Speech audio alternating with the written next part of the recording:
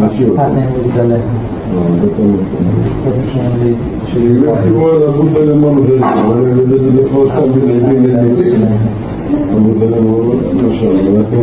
best of teachers who come forward. And then new campus started. First I came on top in the old campus in 1996. In 98 or 2001 I came in the new campus. So Abu Salman was there and Arabian Amin. That one was very good. That was very good. actually Abu Sulaiman, he made the blueprint by The schools were first planned by all the Muslim countries. The Mahathir said, I will give land. Saudi said, we will give fund. And the America objected, so they didn't give fund. So Mahathir said, okay, we will make fund of it. it was established by the World War. Now the government suddenly laid the No, they said, but they didn't have it. They didn't have it. They didn't have much. They didn't have it. First the thing was that Mahathir said, we will give land, you are supposed to fund. But then America intervened. And they didn't. Zakir নায়েকের ব্যাপারে অনেক প্রশ্ন আপনারা করছেন। উনি আসলে comparative religion, তুলনামূলক ধর্মতত্ত্বের একজন specialist, এবং ওনার আলোচনাগুলো শুনলে আসলে অবাক লাগে। আল্লাহ ওনাকে খুব শার্প একটা মেমোরি দিয়েছেন, কোথায় কোরআনের কোথায় কোন চ্যাপ্টারে কোন ভার্সে কি আছে, বাইবেলের কোন চ্যাপ্টারে কি আছে, ত্রিপিটকের কোন ভার্সে কি আছে, মহাভারতের জিন্দাবেস্তার কোথায় কি আছে, সব উনি বলতে পারেন। খ্রিস্ট ধর্মের কোনো পণ্ডিত বসে থাকলে ফাদাররাও চুপ করে ওনার সামনে বসে থাকে, হিন্দু ধর্মের গুরুরাও চুপ করে বসে থাকে, মানে অন্যান্য ধর্মের ব্যাপারে এতটা তার দখল। তো উনি তো আমাদের পুরো মুসলিম উম্মার জন্য একটা অহংকার যে উনি ইসলামের বাস্তবতাকে, ইসলাম যে একটা ইউনিভার্সাল রিলিজিয়ন, ধর্ম, এটাকে গোটা বিশ্বের সামনে উনি তুলে ধরেছেন।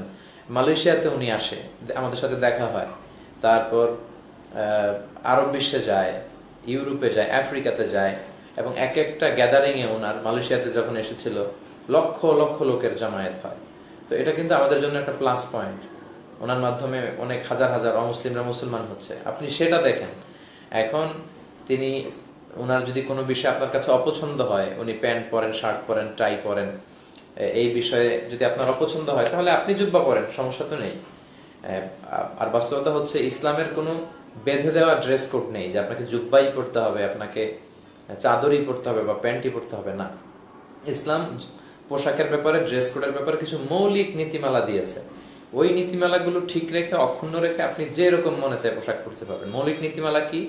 ছেলেদের জন্য নাভি থেকে হাঁটু পর্যন্ত ঢাকা থাকতে হবে, এটা হচ্ছে ছেলেদের জন্য। সিল্কের কোনো পোশাক পরা যাবে না, স্বর্ণজড়িত কোনো পোশাক পরা যাবে না, একেবারে অন্য ধর্মের প্রতীক বহন করে ক্রুশ লাগানো, খ্রিস্টানদের ক্রুশ, এরকম কোনো পোশাক পরতে পারবে না। এগুলো মেনটেন করে ছেলেরা যে কোনো পোশাক, সে জুব্বা পরতে পারবে, টি শার্ট পরতে পারবে, শার্ট পরতে পারবে, চাদর পরতে পারবে। মেয়েদের ক্ষেত্রে মেয়েদের পোশাক পাতলা হতে পারবে না, ভারী হতে হবে। মেয়েদের পোশাক টাইট ফিটিং হতে পারবে না, ঢিলা হতে হবে। মেয়েদের পোশাকে তাদের সারা শরীর, it should cover whole body, পুরো দেহটা ঢেকে রাখতে হবে। তারপর অন্য ধর্মের সাথে মিলে যেতে পারবে না। ছেলেরা মেয়েদের পোশাক, মেয়েরা ছেলেদের পোশাক পরতে পারবে না। এগুলো মেনটেন করে মেয়েরা যে কোনো ধরনের পোশাক পরতে পারবে। তো এই জন্য যদি পোশাকের যে মৌলিক নীতিমালা, এটা ঠিক রেখে আপনি শার্ট, প্যান্ট, জুব্বা যেটা মনে চায় পরতে পারবেন। কারণ বাংলাদেশে যেই পোশাকটা স্যুট করে, আরবের মরুর দেশে হয়তো সেটা স্যুট করবে না, আরব দেশে যেটা স্যুট করে জাপানে হয়তো সেটা স্যুট করবে না। এই জন্য পোশাকের বিষয়টা আল্লাহ আমাদের সহজের জন্য সুনির্ধারিত করে দেন নাই। প্রিয় ভাইয়ের, একটা জিনিস খেয়াল রাখবেন, ইউরিদুল্লাহু বিকুমুল ইউসরা ওয়ালা ইউরিদু বিকুমুল উসরা। আল্লাহ তোমাদের জন্য সহজ চান, কঠিন চান না। দেখা যাচ্ছে যে আল্লাহ সহজ করে দিয়েছেন, আমরা এটা নিয়ে বাড়াবাড়ি করি। আমি মাঝে মাঝে বলি যে আল্লাহ ছাড় দেয় কিন্তু মৌলবী ছাড় দেয় না, এটা ঠিক না। ইসলামে যেটা ছাড় দিয়েছে, যতটুকু রুখসাত দিয়েছে, আর রুখসাতু হাদিয়াতুম মিন হাদায়াল্লাহ ফাখুযু হাদিয়াতা রাব্বিকুম, এই রুখসাতটা, ছাড় দেয়াটা, এটা আল্লাহর পক্ষ থেকে একটা গিফট। তো এই গিফট আপনি নেবেন না কেন? আপনি শুধু শুধু এই বিষয়টা নিয়ে কড়াকড়ি করবেন কেন, যেখানে ইসলাম ছাড় দিয়েছে, আল্লাহ ছাড় দিয়েছে? আল্লাহ আমাদেরকে বোঝার তৌফিক দান করুন।